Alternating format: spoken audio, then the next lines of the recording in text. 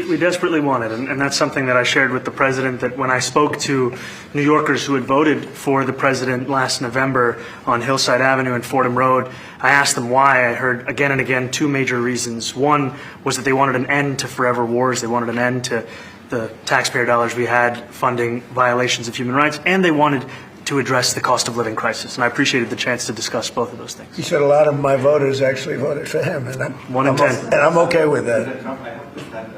I'll do that. I'll sign it. Give it to me. I'll sign it in a minute. That's pretty good.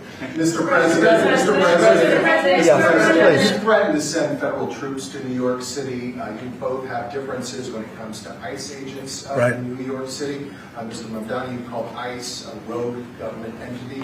I wonder how you reconcile your differences on both of those issues. Well, I think we're going to work them out, and I think that if we have known murderers and known drug dealers and some very bad people, you know, we want to get them out. And the mayor wants to have peace. We discussed this at great length, actually, maybe more than anything else. He wants to have a safe New York. Ultimately, a safe New York is going to be a great New York. If it's not safe, no matter how well we do with pricing and with anything else, we can talk about anything you want. If you don't have safe streets, it's not going to be a success. So we're going to work together. We're going to make sure that if there are horrible people there, we want to get them out. I think he wants to get them out, maybe more than I do. So we'll work together. We discussed it at great length. Yes, please. Yeah, two questions, if I may. One for you, Mr. President, from the BBC in a second. But first of all, for the mayor-elect. You're both from different parts of the political spectrum. You're both populists, though. And I just wondered to what extent the president's campaign style, his techniques, his social media use inspired any part of your campaign? Well, I actually told the president that, you know, so much of the focus of our campaign has been on the cost of living crisis. And when we asked those New Yorkers who had voted for the president, when we saw an increase in his numbers in New York City, that came back to the same issue: cost of living, cost of living, cost of living. And they spoke about the cost of groceries, the cost of rent, the cost of Con Ed, the cost of childcare.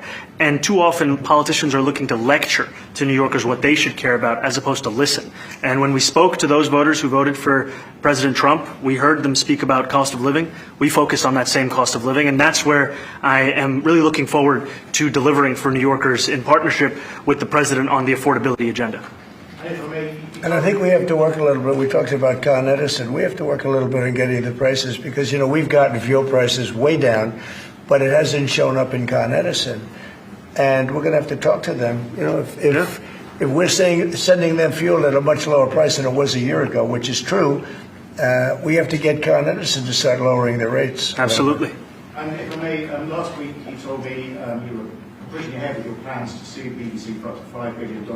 You were going to speak to Prime Minister Starmer as well. Is there any progress or any updates on those issues? Well, we get along very well with the Prime Minister. We made a deal with UK. I like him. He's a fine person. And, you know, I think they have some big energy problems. You know, they've got windmills all over the place. They're going to have to start using other methods because their energy is out of control.